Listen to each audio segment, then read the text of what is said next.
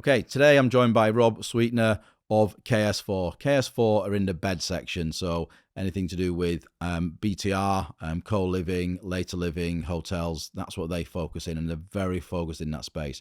Currently 18 of them, but they've just moved into a very nice new office development, or about to, that facilitates them growing to maybe double that size. This was a really, I would say, pretty raw conversation. We talk about some bad debt that the business got into because clients weren't paying them. We talked about some of the realities about being business owner, being the last to be paid often, but also that you've still just got to keep pushing and going away. There are times when I think, Rob's had some really challenging times running the business, but yet he's just committed to keeping on growing and keep on building a really good business. We talk about how you try and look after people, giving everybody some degree of equity and share in the business. Everybody at KS4 gets paid bonus, regardless of their level. Again, I think you'll get a lot from who I think is a real credible entrepreneur who does not hide the fact that it's bloody hard sometimes as a business owner, but that equally you've got to keep pushing. Again, I think you'll enjoy this episode.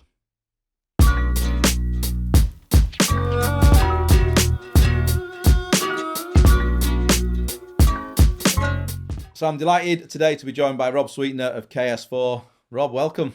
Thank you very much for having me. Absolute pleasure. So Rob, to begin with, can you just tell us who KS4 are in terms of, I guess, your main focus sector-wise, maybe your current headcount? Yeah.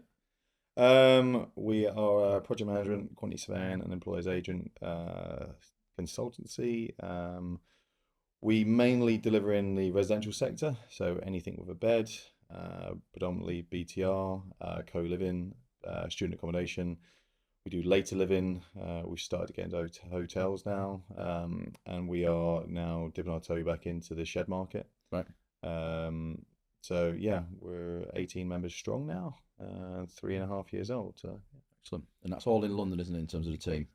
Team's all in London. So we've got our main office, which we just moved. We were in St Paul's. We are homeless for the next 2 weeks, and then we move into our new office in 41 Moorgate, which is the third move in 3.5 years, or fourth move in 3.5 years. So yeah. And that's been what, either through growth or just wanting to change your office? Yeah. No, I hate moving.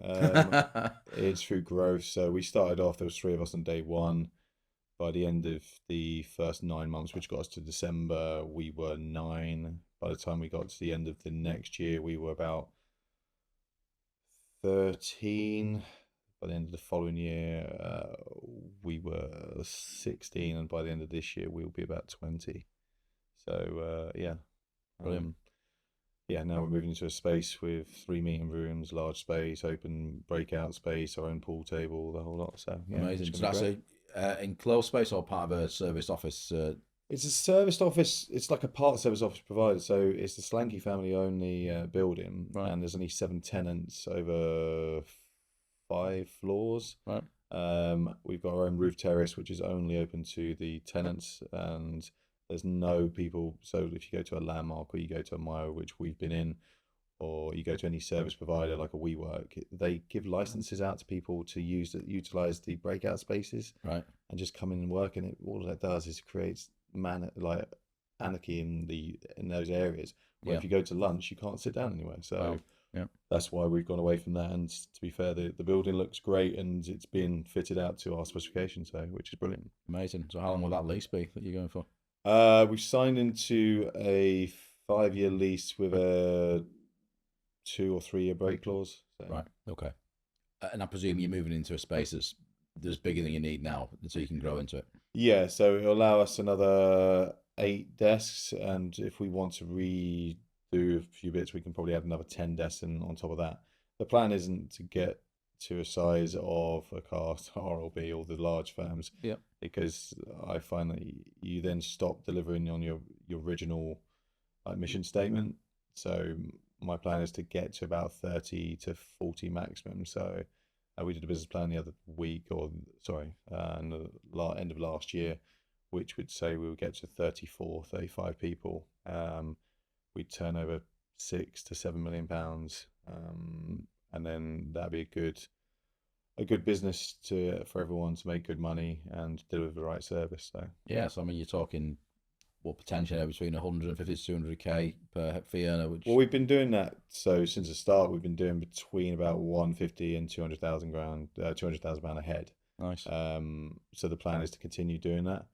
Like I said, it allows us to reward our staff. It allows us to, as I said, deliver the right service, have senior-led teams, and be in the right market. So Yeah, and it makes a lot more sense as well because on those numbers, and I appreciate, I think maybe some of the untold stuff that people don't realize about building a business. So even going from where you are now to 30 will incur more costs. The office you've just moved into, I'm sure where it is will not be cheap. So you do pick up costs as you go along. However, much better to be picking up costs when you're working or operating at a fee earner per head of 150 to yeah, 200, as opposed to what some of them are working on at 100 or less per fee earner. That then becomes a lot more dangerous and a lot more difficult. Whereas at least at your guys' level, hopefully, when the metric's right, and there's, again, people don't understand that there's kind of steps in a business, and sometimes when you take that step, your profit's going to drop massively until you adjust again. yeah, But hopefully, if you reach that point, I guess, of getting to that 30 to 40 at that kind of fee earner, you should hopefully by that point bake in really good profit, I would hope. yeah. I mean, that's the plan. I mean, the plan is that the staff will, as they go through the stages and go to directors, etc. Is the plan is to give equity to the staff. Good. Because look, I've been working with about 70% of the company for 10, 15 years now. They were with me in my previous entity. I've developed most of them from either assistants all the way up to where they are now, whether it's associates or directors or before that. We've got a very strong base, and the promise was always that at one point there will be equity on the table, and there's always been a 20% earmark of that will be staff. And I think that's important, especially in this day and age. Yeah. I think everyone wants to, because otherwise you'll end up getting people just, trying to take clients, move on and set themselves up. And exactly what happens out in the market all the time. Well, our staff retainment's pretty damn good. And, we've had a few changes recently, but that's only because of either it's not worked out in regards they've not fitted in the office, or, oversold themselves in the interview, or in fact, what's happened with two of our staff, they've gone client side because the clients have poached them because they're that good. Yeah. But then they become clients, so which is great. Yeah. So you started life in DBK. I didn't start life there, but I started life back in 25 years ago in a company called Keogh Edwards in Horseferry Road, Right.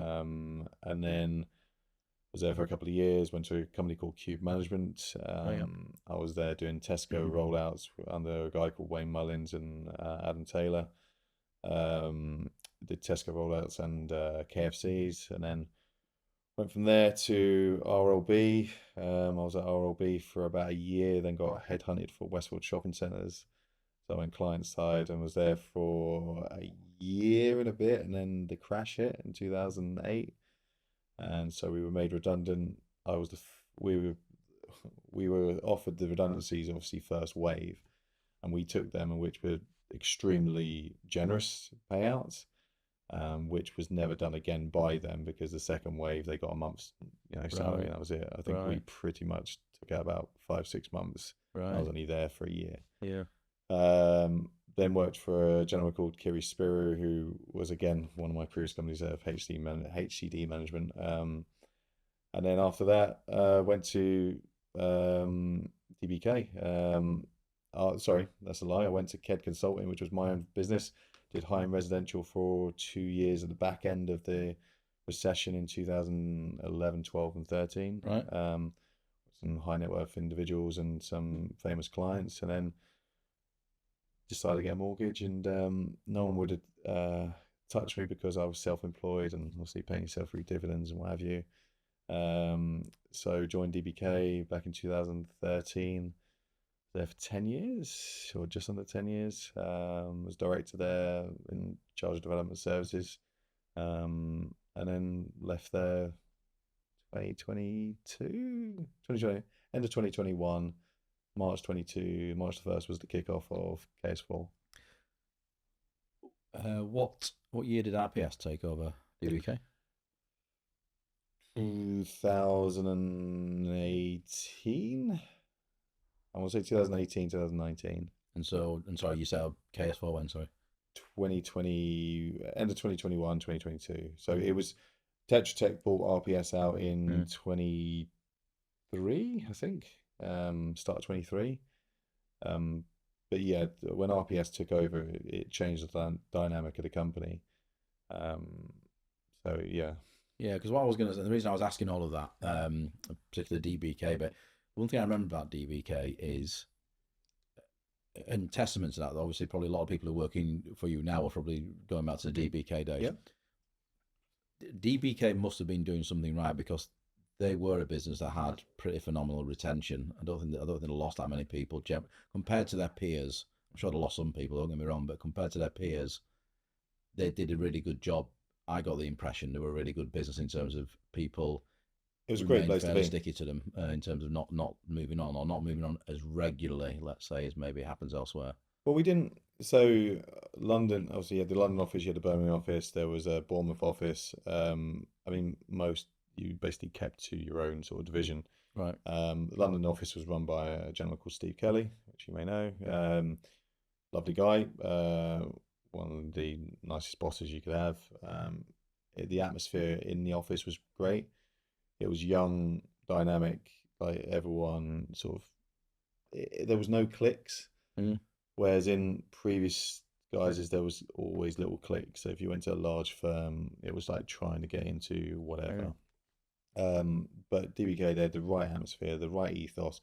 You work hard, you got to play hard. So you've been out drinking quite a few times in a week. You were socialising, you were at networking events, you were invited to certain bits and pieces. We went to Henley Regatta quite a lot. Nice. And a few other bits and pieces. So it was a great atmosphere, and they created that great ethos, and it was something which we took on. But RPS didn't support that because see, as a private company, when you're run by three owners, Duncan Berry, Tim Downing, and Steve Kelly, it allows you certain relaxations on how expenses are done in regards that you can take clients out, you can go out for nights out, or else you can expense that, and that then creates relationships with the clients. The clients then become friends rather than just clients, and yeah, it was great time.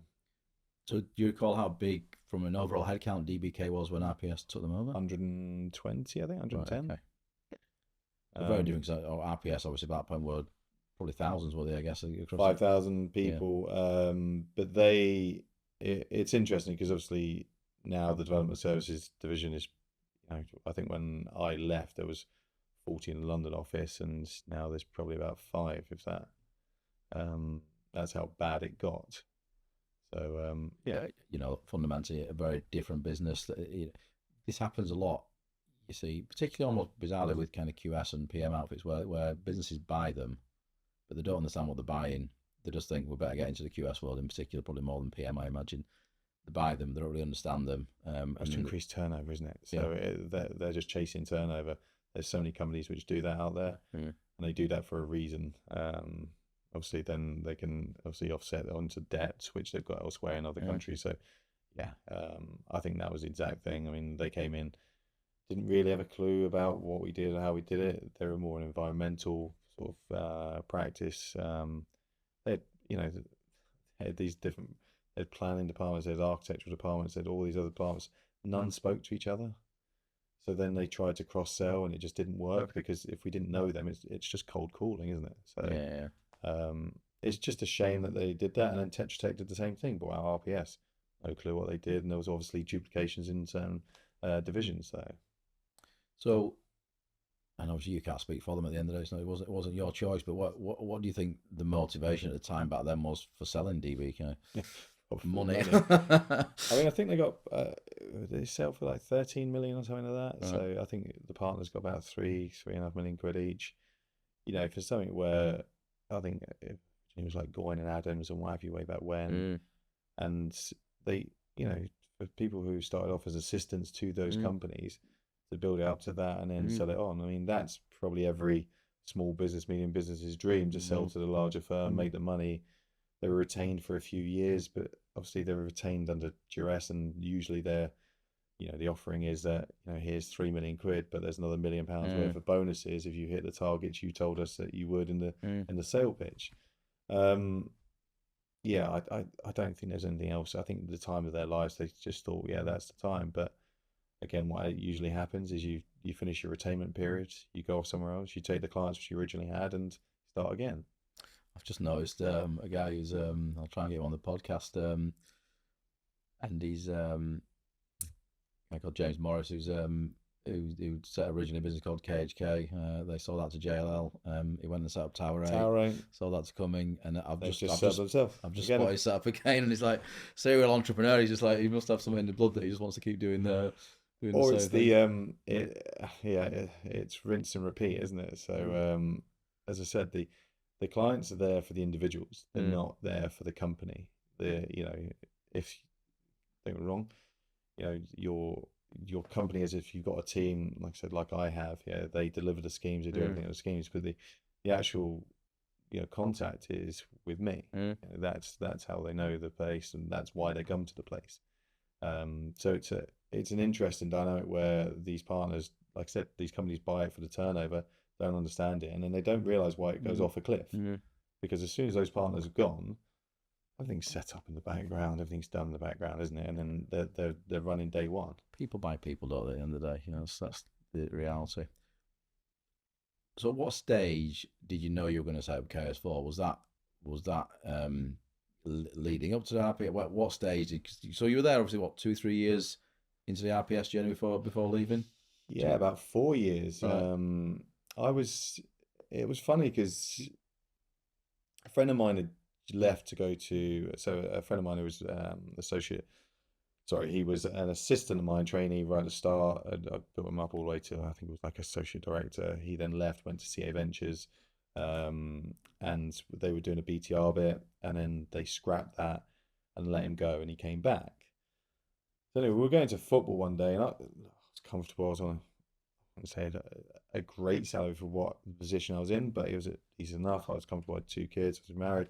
I then go to going to football, and he just asked me why I'm still there. He put it in perspective where I was like, you basically bring in 90% of the clients in the London office. There's 9 directors, 6 of them were doing nothing, basically. They weren't bringing in jobs. Every week, or we'd have a sit round table of what jobs are coming in, this, that, and the other, and it'd be the same rubbish of that stuff which had been on the pipeline for years. And so I just started realizing, like, okay, so that tipped it. And then what tipped me right over the edge was my boss phoned me up. This is COVID sort of time. So, and he phones me up and says, look, Rob, you're going to be one of 4 directors going to go on a bonus scheme. Now, bonus scheme hadn't ever been sort of put forward to me in 10 years. I think I had one bonus, which was, couple bonuses which were rubbish, like 500 quid or whatever, and then one bonus which was 5 grand over 2 installments of 2.5 grand, and that was the last one of that was like 4 or 5 years ago, because when RPS took over, you got shares which were useless because they don't come to fruition until 5 years later. Right. But I was he basically said look, you're going to be one of 4 directors, and we're going to give you this 20% bonus, up to 20% bonus. It's all discretionary, obviously. And I stood there and I went, well, 4 directors. I said, well, I know who the other guys are. So I said the names, and he said, look, I can't confirm, but yeah, you're not going to be far off there. So I was like, why? I said, I bring in most of this business. They don't bring any of that. They don't do any of it, as far as I'm aware. The whole point of them being promoted was to take the pressure off of me for any board meetings, this and the other, which isn't happening. So I said, why is my team going to get it? And I wasn't trying to be a martyr. I was just like, is my team going to get it? And they went, no, there's no bonuses lower down. And I just went, no, that doesn't work for me. And again, I wasn't trying to be a martyr. Look, 20% bonus on, whatever you're on at that point, which is 6 figures. You're like, okay, that's great. Obviously, everyone could do with extra money. But I said, look, these schemes, I don't deliver the day-to-day bits. These guys do. They represent me, which means that, the client then loves me and comes back to me. And we all go out, we all have drinks. I said, I can't stand there in a room and go, by the way, you've just paid me whatever 20, 30 grand as a bonus, and you've got nothing. And in fact, you haven't even got a pay increase, even though you've done the work. So I was like, there's a better way of doing this. And that was it. That was the nail in the coffin. And I went, right. And I started having a few chats, and one thing leads to another, and then you set up the business. So yeah, I'm happy that I've done it. It's been it's tough. It really is, but it's there's pros and cons to it all. Absolutely. A lot of people just don't realise how much there's pros and cons to it. You know, there's all the roller coaster that you go through as a small business owner. Yeah. You probably don't realise the pros and cons until all the roller coaster until you started that journey, I guess. No, I will say the one thing which was an eye opener for me was, I think about 6 months into the business, someone raised it and said, "You're trapped." And I said, "What do you mean?" And it's a good point. So you set up a business, and the only way out for you as the owner is either you get bought out or you go bust. There's no other way out. Like, everyone else can hand a notice in, they can walk off, they go somewhere else, etc. You can't. And I didn't realize to that minute, and I was like, wow, he's got a point there. I mean, it's a morbid point, but yeah, it's an interesting one. So yeah, it puts a different spin on things, and especially where everyone's looking at you to obviously you're bringing in the work, you're bringing the fees, you sort everything out, the payroll, the IT, the tax, everything, the office space, and you've got to deal with all of that. No matter what's happening in your personal life or what's happening in the background, you've got to deal with that. No sick days for you. There's no holidays for you. You work while you're doing all of that. There's no pay unless you make profit. That's the point. And you're the last person to get paid as the owner. And everyone looks at you and goes, well, you turn over £2-3 million. You must be, you're a millionaire. You're not a millionaire. And, I'd love to swan around in a Ferrari or a mansion here and holiday homes here. It's just not reality. That's not the truth at all. So, but look, we've got a great business, and I think we offer a great service. We have great staff members who represent that company and fight for the company day in, day out, as if it was their own, which it will be. So, yeah, proud of it. Good. Well, and so you should be. So you should be, because you've been through that. I guess ultimately, what people still don't recognise sometimes, though, is you taking the risk. You may have moved on from that now, Rob, but probably initially you probably had stuff that was, in terms of any kind of loans or anything, intrinsically attached to you personally. Well, you take it out of your house, you take it out of savings, and then you're in negative debt, or you're in debt for whatever else for the first 6-9 months. I mean, I basically put aside for the office, for the IT, for setting up everything, and it was £200,000. That was the thing. I couldn't go over that. And it was just you sitting there and you're like, and then honestly, I think we were down to about £4,000 in the bank, and then we had catch-up payments which were agreed with clients, and we had financial close on one of the schemes. It was Trunley's Road or Lisbon Street for CA Ventures, and we were we were in the Nest in the treehouse in just off Oxford Street. Right. There was a celebration that the contracts had been signed, and suddenly with Harrison Street, the way they fund, they do catch-up payments on the sign of that contract, so all the payments get released then. So you would have been paid anything up to that point, and then they released the money, and I was supposed to be paying for these drinks. I think I was panicking, and then the guy said the money should be in your account, and lo and behold, it was there, and then that's what kicked us on. It was clients like CA Ventures, it was clients like West Rock platform, Tiger Developments, Social Capital Partners. These people who trusted us from day one, got into bed with us and basically said, at some points it's we'll do catch-up payments for this because you're doing our work. So I was like, brilliant. So yeah. You ultimately have to take a bit of risk sometimes, don't you, and fly close to the wind on occasion, particularly in the startup years of a business. Yeah, it's scary, because the last thing you want to be is like a few £100,000 in debt based upon is a gamble. If people don't pay, and we've had that recently, where if people don't pay and people push things back and people start to renegotiate even though you've done the work, it's an horrendous position to be in. Yeah. So yeah. So you're proud of where you are now? Do you think? I guess was there any times? Well, probably when you were 4 grand in the bank. Was there any times in that journey you think, "What the fuck have I done here? Have I made a mistake here?" I've never thought I've made a mistake. I think like you said, there's been moments where like a client going bust, and they, CA Ventures, when they went bust, they owed us £250,000. For a lot of small businesses, that would have could have sent you bust. I know a couple of companies which did go bust through the debt, which was by those companies. Yeah. So Hoskins in Scotland, a big architects practice, who went bust because of these debts. Right. And like even recently, another client, I won't mention the name at this point, was only close to like £400,000-500,000, Oh. and it's still being owed. And again, with the compounded debt, you're just like, well, hang on a minute. So then, obviously, bills still need to be paid. People still need to be paid. You still need to facilitate this, and it's scary. You then have to reinvest in the company. You still don't get paid. But as I said, what I would say is my client base is brilliant. We've never bid for any work. It's either recommendations or repeat business, word of mouth. It's those bits pieces which I find incredible, considering we're 3.5 years old. We've grown to where we are now, and we're still not out there actively bidding for work. So yeah, it can be very scary, and can be to the point where you go, why, when I could probably go out in the industry and get a couple £100,000 of a salary and bonuses and what have you, but it's exciting.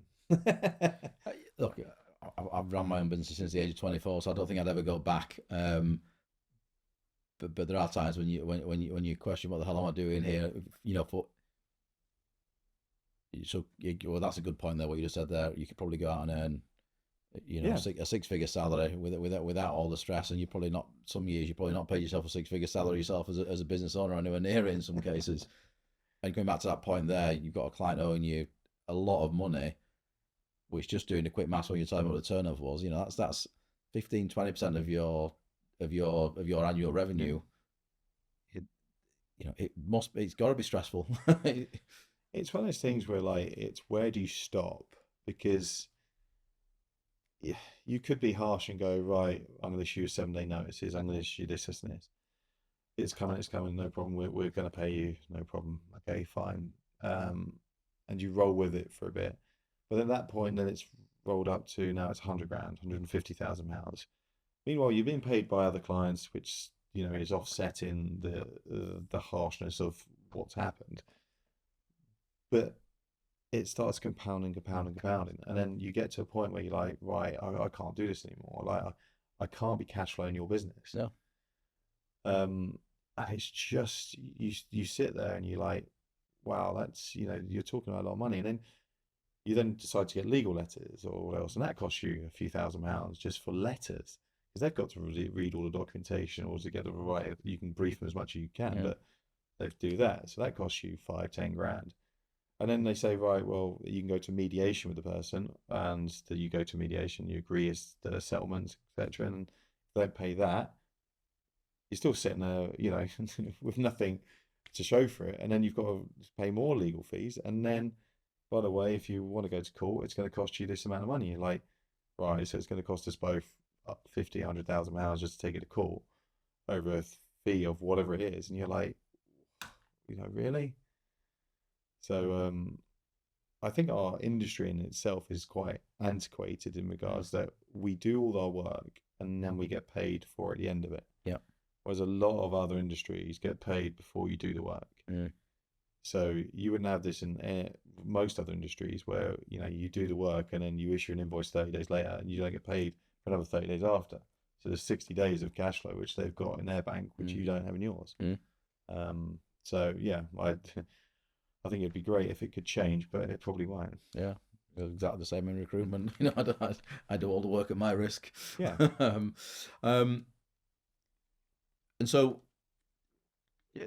kind of 4-ish years in, do you think there's anything you would have done differently if you started from scratch again, but with what you know now? Don't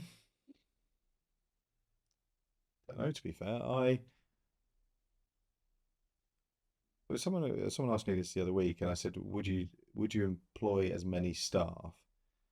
And I said, it's not about the employment of staff, it's the impact what the government's had with regards to the increase of the corporation tax, the first one, which was, like I said, 19 to 25%, and a recent increase in the NI, which then makes you think actually more contract work would probably be better than PAYE. Mm.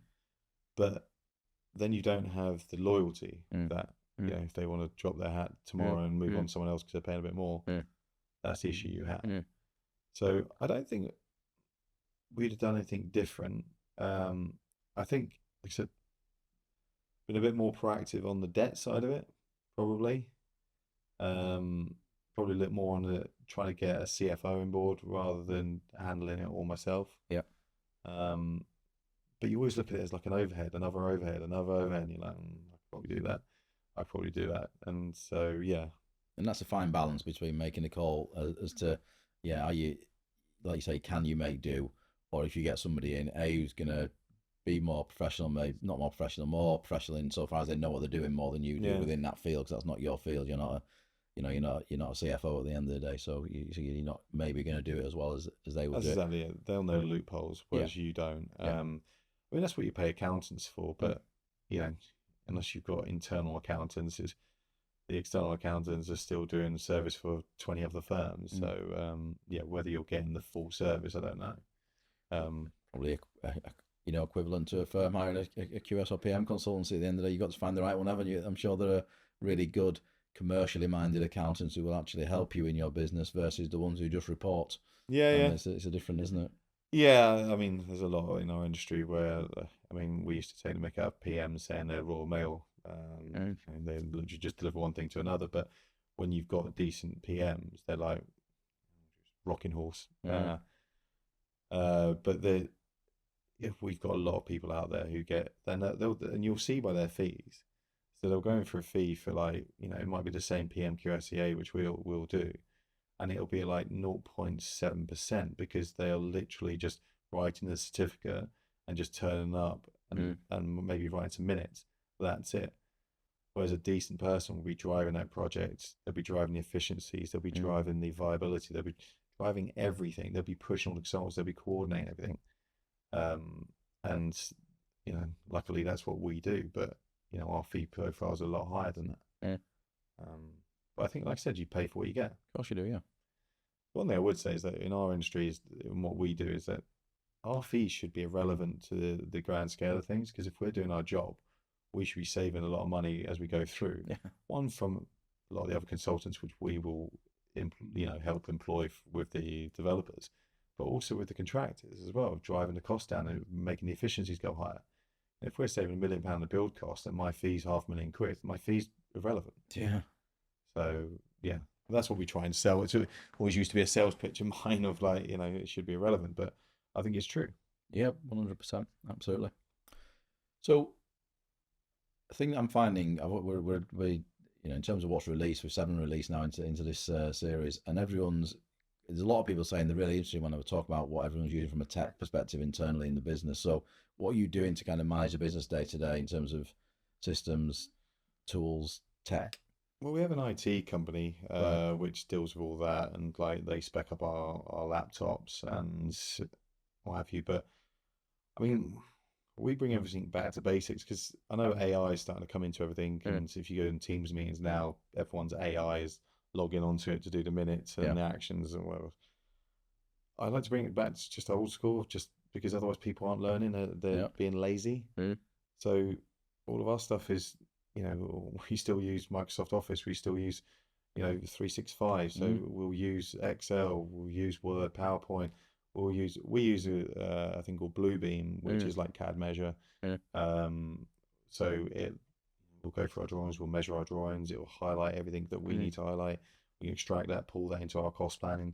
We don't use Costex. We're not a large firm like that, and I don't actually believe in it. I agree that it does a library of data, which is great, but we create that ourselves, and we've created a documentation and benchmarking internally. So when our clients ask for our benchmarking data, it's all there for co-living, BTR, BBSA.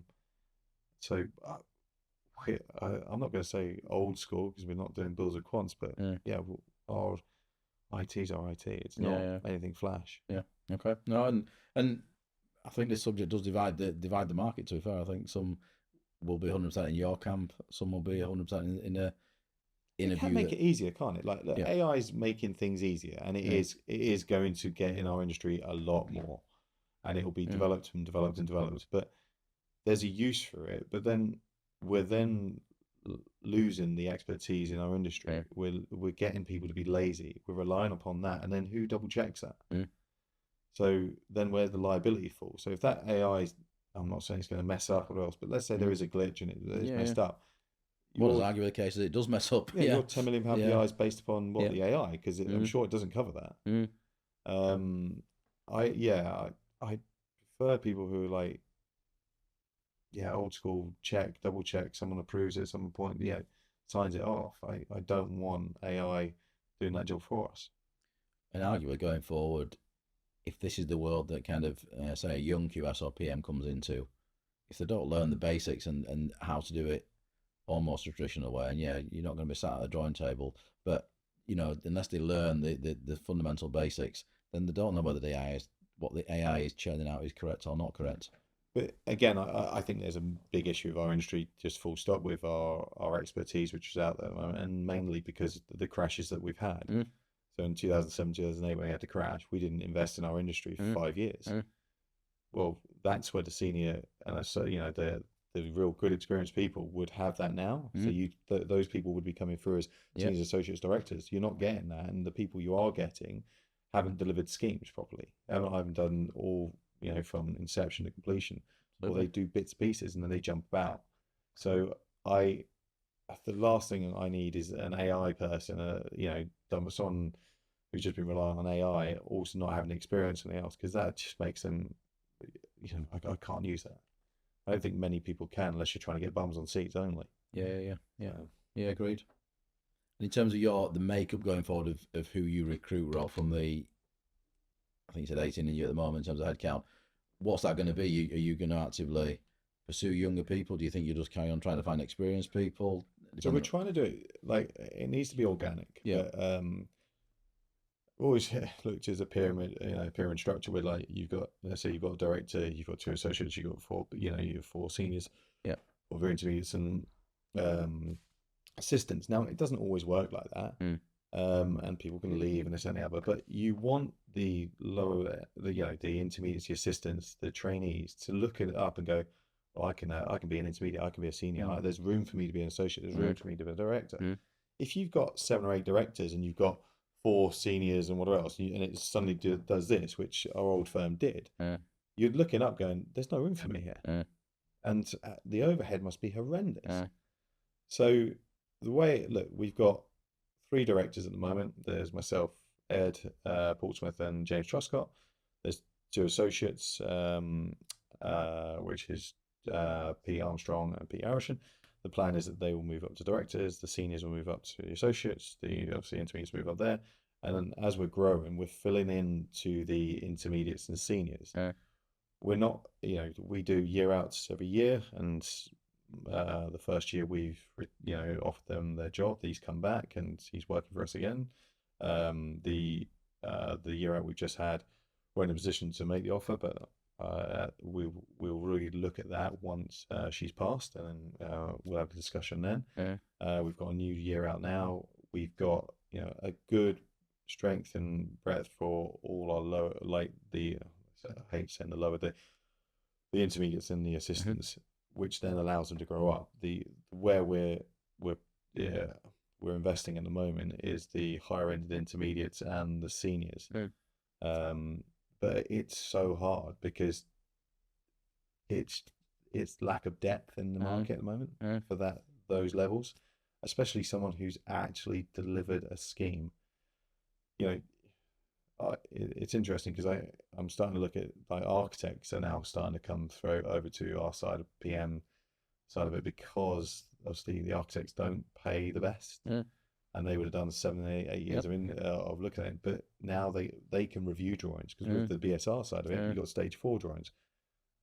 There's a lack of experience in the industry where they've realized how to or look to drawings Right. and can review drawings and can like spot spot the difference against their employers' requirements because they were so lax on allowing the Right. their retained team to do that. So that's where we're trying to invest in, and then that's the CPDs we're trying to put in place of like this is what you need to do because the gateway is the biggest change to our market, and that's what we need to be prominent in. So when we're growing, we need to grow this bit in order to grow that bit, Okay. in order to grow the bottom bit. So by the time we get to 20 people, it'll be more seniors and more intermediates. So. Yeah. Difficult to find in the market because that's what everybody's after, I think, is some of the challenge. But it's like I said, it's what you're offering as a package is the thing. So I think we offer a very competitive package. So it's the same from bottom to top. So everyone's on, up to 20% bonus, 10% performance related on the individual, 10% on the company performance. Okay. 5% contribution for your pension. You've got 25 days holiday plus your Christmas break. We always go 2 weeks then. Right. Private medical care. So I think, and we pay for subscriptions and what have you, and we do a lot of functions in the year. I think everyone sort of forgets about that, but it's a very social office. I think if there's a wine a day, there's someone in the pub somewhere. Or we're doing events. We go to Henley Regatta, we go to Lords, we'll go to, we do a summer party at, I forget the rooftop bar in Aldgate, and then at Christmas we do Langham's for a client function, and then we do our own Christmas pie. So I think that's important. Oh, absolutely, it is. Because if you do that, then like I said, you're working hard and you're playing hard, and you also then everyone becomes familiar with each other. So everyone becomes, you all become friends. It becomes a family, and if you can create that atmosphere, which I believe we have, then I think like I said, your staff retainment and actually attracting the staff is very good. So, well, it's culture, isn't it? It's like this is where so many businesses are getting it wrong at the moment because they're losing culture. There's no, you got, one of the bigger consultancies I think just messed up from post COVID. They just said anybody can work anywhere, and as soon as you do that, and that's what's happened. Yeah. Then people don't see each other on a regular basis. They don't go for a beer together. They don't interact with each other. How can you stay loyal to that brand because there isn't really there's no cohesion, is there, between the team? It's the hybrid working thing. So obviously every company offers it. Now we offer it, but we've reduced it massively because it was like 2-3 days you work from home, and then it went to 2 days in one day. Now I say, look, be in the office 5 days a week if you can, but it'd be 4/5, because it was that okay, the juniors can come in 5 days a week, but the seniors can go 4 days a week. Well, hang on a minute, then who's teaching? Who's actually training the guys? So that doesn't work. So it's a flexible look. We trust each other, which means that if you want a day working from home, you know what you're doing, you know what your team's doing. Get on with it. I don't really care. But if it becomes a habit where like 1-2 days a week, and you're like, no, that's not creating that atmosphere. When was the last time you sat down with that person? When was the last time you sat down with that person? And on Teams just isn't good enough. In person, you can just talk to the person right there and then, rather than having to dial in or put in a meeting in his diary. So we've sort of stopped that now. So it's 4/5 days a week, and most people want to be in the office 5 days a week because, like I said, it's the atmosphere, it's chatting away. It's you're working there for a couple of hours, and rather than like when you're at home, you go for a cup of tea or something, or you go to the toilet. You're actually like just looking over, just chatting away, and like you're messing about for like whatever 5 minutes, which then allows them to then have a couple of hours of like solid working and good work. Yeah. And it's that certainly seems to me to be the direction of travel across the whole consultancy space at the moment. I think definitely it's a direction of we want people in more, definitely not less. It's definitely not going the other way. Was it Twitter or stopped everyone working from home and said no, you can't do that anymore? And a few others. So well, the great irony is Zoom did that, which is like funny, even what they do for a living. Yeah, as I say, I'm a big proponent of people being in the office. I think you've also got to be grown up and be flexible. And if somebody says, look, I need to work from a day for home for various reasons, and actually they've got a day of reports to crank out, then that's fine. It's just being adult about it. But it's got to be idea that, look, we're all together.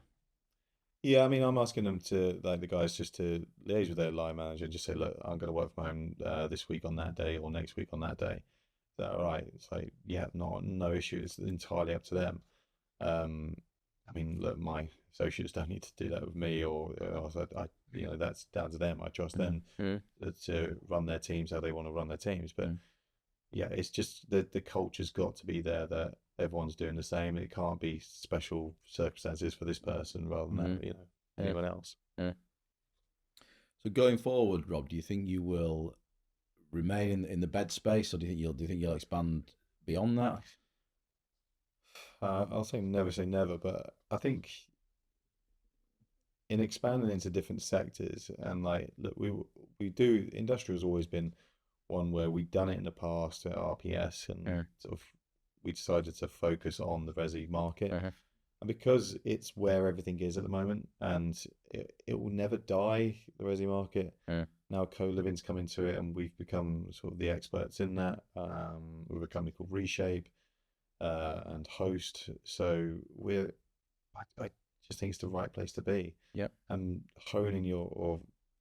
honing your skills in that market seems to be the right thing to do. yeah, Um, my plan isn't like we don't want to employ directors in because they've got that sort of other sector business and they can bring that in because again that doesn't work for me. Because again you bring them in massive salaries, this and the other, and then something won't come in for like 12, 18 months. So it's not the way we want to grow. I think if the opportunities came through existing client bases, yeah, then you're never going to say no. yeah, We've had one where someone's come in with a shed and a hotel. Yeah, brilliant, happy days. yeah, I've done a hotel for a while and a shed. We haven't, we're looking to get back in that market. So yeah, brilliant. And because we've got relationships with the contractors, we know we can get the market data very quickly. yeah. Um, so yeah, no, I think we'll stick with the bed section for now. Um, so yeah. And that will always be in London. Do you think you'll expand outside of London? Well, our sites are all over the country. Mm, I mean, we're doing our first ever scheme we signed up was a Sweet Street in Leeds with platform, which is overall would probably be a 350, 400 million pound yeah, scheme overall. The first scheme, the first phase is 451 BTR units, which I'm going to the topping out ceremony next Friday, and you know, so we have office space we can use in Leeds. right, We work up in Scotland. We've worked across in Wales. We're over in Norwich in a scheme right, down the south coast. We've got a few schemes in London, Milton Keynes, Birmingham. So yeah, I don't care where it is in the UK, but it's an understanding the nuances of those areas. yeah, yeah, Um, so yeah, I think office will remain in London as their head office. And if we were going to do a secondary office, it would likely be somewhere like Leeds yeah, because we've got a fair few projects there. mm, yeah. Sometimes the challenge gets to being able to find the right talented people, and that might mean that the right individual is in Leeds who also wants to open up an office for you, and you can grow off the back of that. It's I don't mind employing, like I mm, said, anywhere in the country. And like if we had a gentleman who worked for us for a year and a half, and he was based in Warwick. right, So he'd be down in the office once every couple of weeks. mm, But his jobs were in Manchester and Leeds, and Milton Keynes. So he literally just go between the sites and then mm, see the architect, stay in the architect's mm, office, what else, and we just check in. right, But he was an older gentleman. He was in this, I think he was 60 years old, and so he was happy with that, and he gave him the time at home with mm, the wife, and mm, it worked very well. yeah, yeah, So we've got no issue with that. It's just having that. You want a base really, because then that gives you interaction with the rest of the people. yeah. Agreed. Yeah, yeah. So Good, excellent. Well, look, Rob, that's been a great chat. Two questions just to finish off with. Cool. What would you say is the project that you're either most proud of, or the one that probably, I guess, made you grow up as a professional? Which one would you say you'd talk about in years to come and say, that's something that? um, a fair few of them. I mean, to be fair, look, the platform scheme, which is Sweet Street, Mm, has been it's a massive scheme. It's a mm, flagship scheme, and that was great to be appointed as, like, that's your first job moving into the new business. Yeah. So it showed trust by them and everything else. So that was great as a learning one. Although I've had it previously in my career, but we had a couple of sites with which were with CAV where Henry's were on it, Right. and obviously Henry's went pop, and then CAV went pop. But we've managed to get them through. Lisbon Street finished literally a week and a half ago. PC'd, all brilliant. That was with Winvic, but we've retained great relationships with the funds, Harrison Street and DLC who represent them, and the whole team. And then we've got Trunley's Road, which again was a Henry site, and that's with HG at the moment and should complete in December. So it's the changeovers from the contractors and the administration process and the bonds and everything else of claiming against them, and but we cut our teeth through that. And the funny thing is, we came out the other end because not one of those schemes did we appoint Henrys. It was through the clients who had appointed them, and even with the with Tiger and Host, who had it down in Guildford, they'd only just done the piling, and they went bust, and we got Seafield on board with that. It was an interesting turnaround because some of the funds obviously didn't know who we were, because obviously we're a new entity, KS4, and it happened quite early on of like us starting up. Those funds come to us now, like they know who we are, they trust us. We've done, not trying to blow our own trumpet, but we've done an amazing job turning that around and facilitating all. And even we took a hit on our fees in order to make it go forward. Yeah. So and I think that's been appreciated by the other sides, and it's been a learning curve, as I said. So yeah, they're probably the proudest schemes. Cool. And then lastly, who would you say has been your best boss or mentor?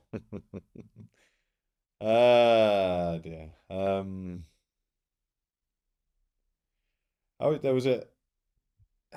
There's been a couple that have impacted my career. There was a gentleman called Alan Rogers who sat next to me, and he wasn't technically my boss, but the guy had made it up the chain to like MD of, I think, WSP or something like that, and then decided what that wasn't for him, and he decided, look, I just want to be a senior surveyor. I'll be paid on a day rate, 350 quid, 400 quid a day, and I'll just do that, and I'll do it for like 4 days a week and sort of. But I learned more off of that man in the space of 2 years of working with him than I probably did for the 10 years prior. Right. Steve Kelly, obviously, I say I learned stuff from him, as in like technically learned, but as like to run a company and to how people were treated and the ethos that he created, I think that was second to none. But there was a gentleman who jumps out, a guy called Dave Cantrell, who I worked with at Westwood Shropshires. It was just like, day one, you're welcomed, and it was just the banter that went with it, and he was very knowledgeable, knew his stuff, and it was just, he just then put an emphasis of that. Look, didn't care about people's degrees, didn't care about what you did at uni or whatever else. He cared that you applied yourself. He cared that you did the job, you did it with passion, but you had fun doing it. And they used to do like beer o'clock Fridays, 5 p.m. And if you didn't stop working at 5 p.m., you choose your beers or whatever else on a Wednesday. They'd fill up the fridges on the Thursday night. Right. Friday they were there, and they'd come around and deliver your alcohol to your desk. And if you didn't turn your computer off, like they'd literally come around and turn them off. Now, I'd been working on this document for about 3 hours, hadn't saved it, wasn't auto saving it, etc. There, and he put, typical me, I asked for a Smirnoff Ice at the time. Put it on my desk, held the off button, and it all went off. I had to redo that on Sunday because it was But he just made it fun, good place to be, and that's what you wanted. So probably that. Amazing, good. Rob, thanks for coming on. I think people will get a lot out of this one. So thank you for being here. Thank you very much for having me.